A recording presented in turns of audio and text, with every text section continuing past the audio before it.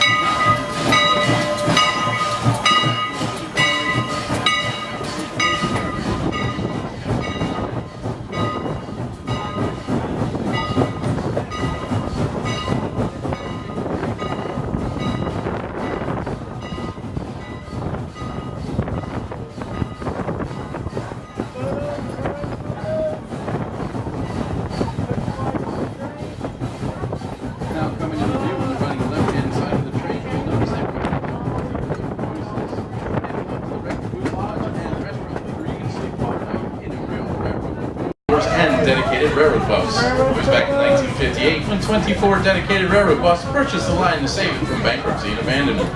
This group organized in the most unusual corporate fashion, with 1 president and 23 vice presidents. You can imagine what those board of directors meetings must be like. This group they all donated their time, their money, and much hard work strictly as a labor of love for the fun of railroading. Every nickel of profit was plowed right back into the railroad. In fact, the Strasburg continues this tradition of historic preservation, and on average, the railroad would spend between $250,000 to $750,000 restoring each of these antique locomotives and cars. None of it is paid for with using any state or federal subsidies. It's all paid for by you, our passengers.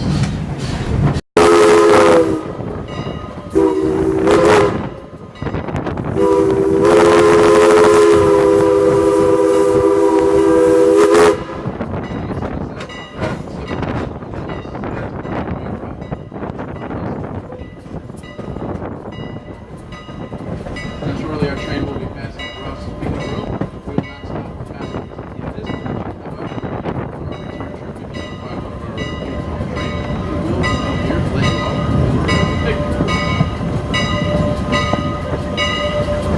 the big white farm in the valley off to the right at about 2 o'clock. There are no carpets, curtains, lights, radios,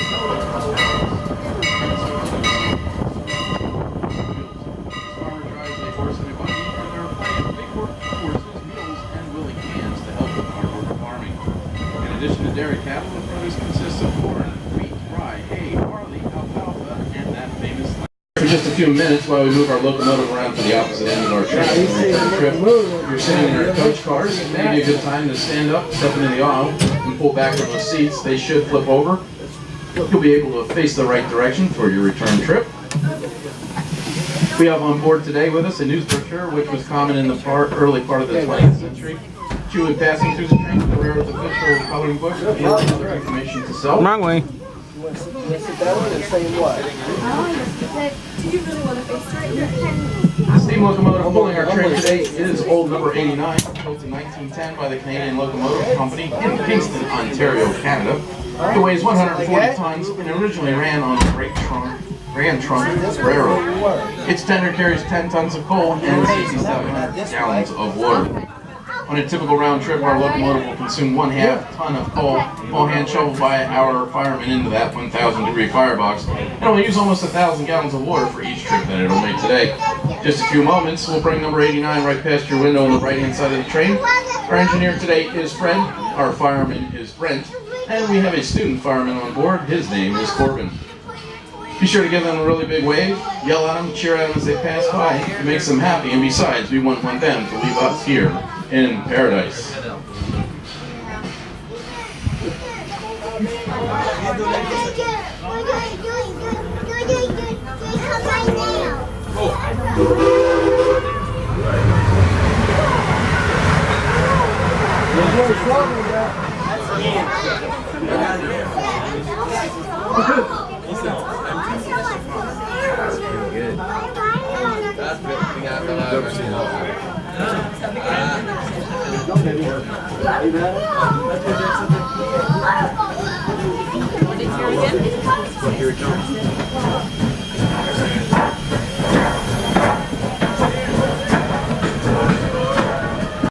Our engineer and especially our firemen will be working very hard to get us back.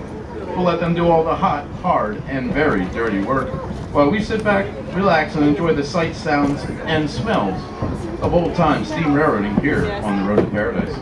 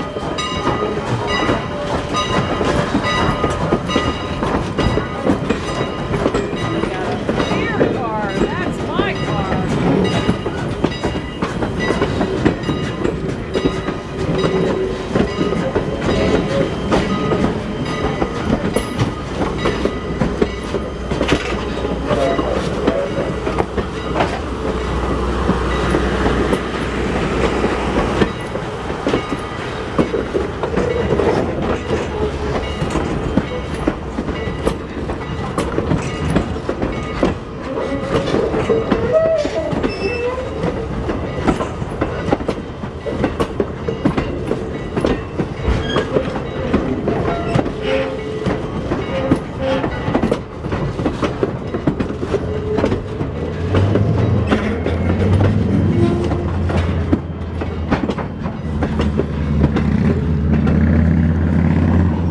this green field, they'll be planting corn here sometime in probably the month of May, and come back at the beginning of July. It's a huge corn maze in that field. As you can see, there's a lot of other special activities to do out here at the Cherry Crest Farm. They open in the month of May. Open on the weekends only at the end of May, and stay open until the middle of October, I believe. So check out the website, cherrycrestadventureforum.com, for more information. Cars on the right side of the train is blocking our view, but once we clear the cars and take a look out the window at about 2 o'clock, we'll see a big white farm down there in the distance with two tall silos. This is a typical Asher County Amish farm. It's neat and clean, but very plain. There are no carpets, no curtains, no electric lights, no radio, television, telephone, and no automobile. This farmer drives a buggy, and there are plenty of big workhorses, mules, and willing hands to help with the hard work of farming. This is dairy cattle. Produce consists of corn, wheat, rye, hay, barley, soybeans, alcohol, herbicides, economy, quality tobacco. Now, these are peaceful and prosperous people contributing greatly to the farm economy of Lancaster County, and we are very proud to have them as our neighbors. They're all so fast, they left one more engine, number 6, and its train out on the main line, looking for its way back to the station. And since there was no rails, it could not find its way back, so set out there in the open field and rusted away. Nothing is left but a ghost of a train. We're going to come to a stop here, folks. We're going to blow a whistle across the valley. I want everybody to be very, very quiet and listen to hear if the ghost whistle will answer us back this evening. Shh.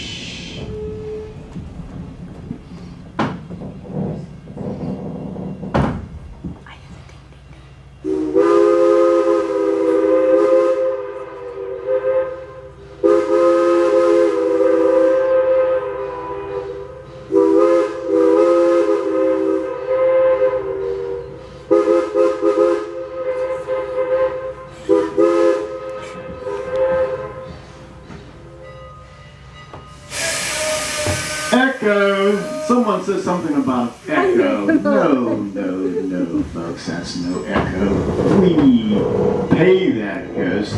Sit out there in his heels and and they blow the whistle back at us. We paid him $27.50 a day to do that.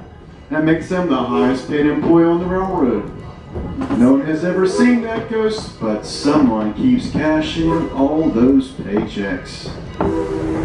Now, speaking of ghosts, just beyond the crossing, if you take a look out the left-hand side of the train, here, please don't rock your car on the bridge.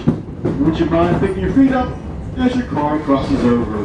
It takes some weight off the car and stress off of that bridge. So, as you go down the road, please lift your feet.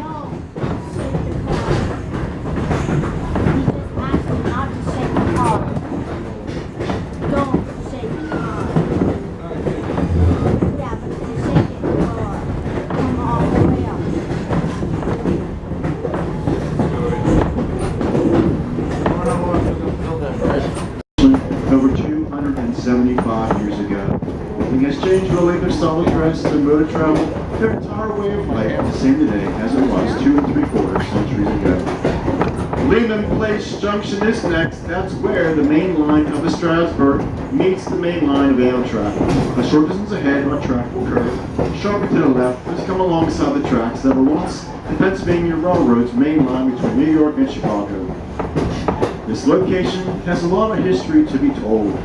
It is the original route of the Philadelphia and Columbia Railroad, which became part of the mighty Pennsylvania Railroad in 1857. This was an important stop on the Pennsy, with more than 30 trains per day scheduled here in 1898. Amtrak now owns this stretch of railroad in Harrisburg and Philadelphia and provides a vital transportation link for commuters and long-distance travelers in Atlanta. Today, more than a dozen trains still pass our day, but they leave and slow down. In In the earliest days of railroading, when trains were pulled by horses, this was a horse changing station. Where the white buildings are today used to stadium and Entertainment Hotel. He supplied fresh horses for the trains and refreshments for the passengers. Also worthy of note, on February 22nd, 1861, a special train carrying President Abraham and Mrs. Lincoln stopped here briefly, and he addressed a crowd of several thousand people as he journeyed to his destiny in Washington, D.C. A little more than 4 eventful years later, no special train passed. This time, carrying the slain president's body on a sad journey back to the Illinois. Paradise, change here for Coatesville, Paoli, Philadelphia, Trenton, Newark, and New York. That's if you're going fast enough to catch any Amtrak train, that is. You may find it difficult to believe, folks, but this is paradise. Paradise, Pennsylvania, that is. You're in it, and let's face it, it may be as close as some of us will ever get to paradise. Be sure to give them a big wave in the cheer as they go by. They really love it. It makes them very happy. And besides, we wouldn't want to believe us here in paradise, would we? So make sure you give that engine a big wave and cheer.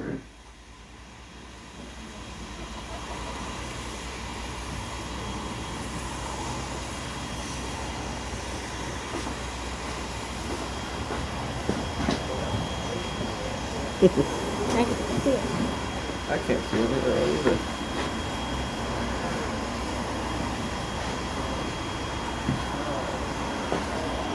I get a smell.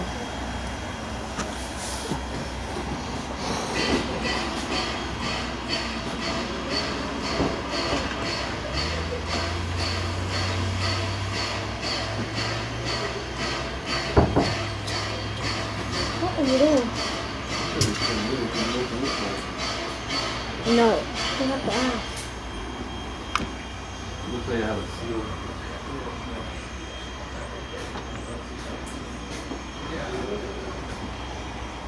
I see him, I think. Yep, I see him. Right there.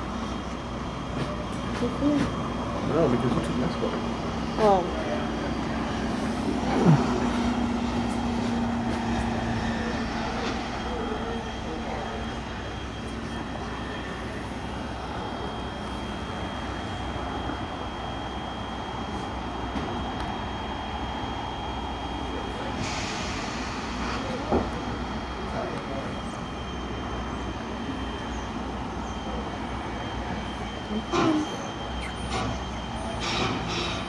This is not area appropriate. Cat cable.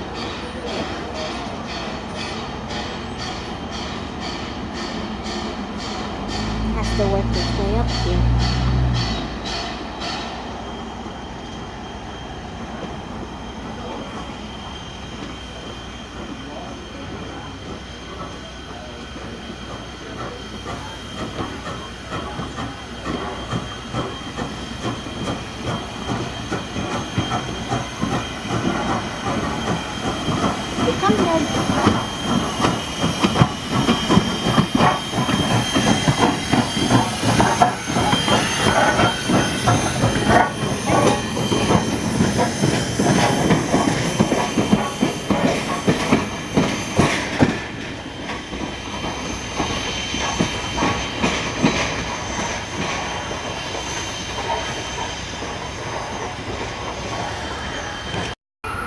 Here comes an Amtrak train.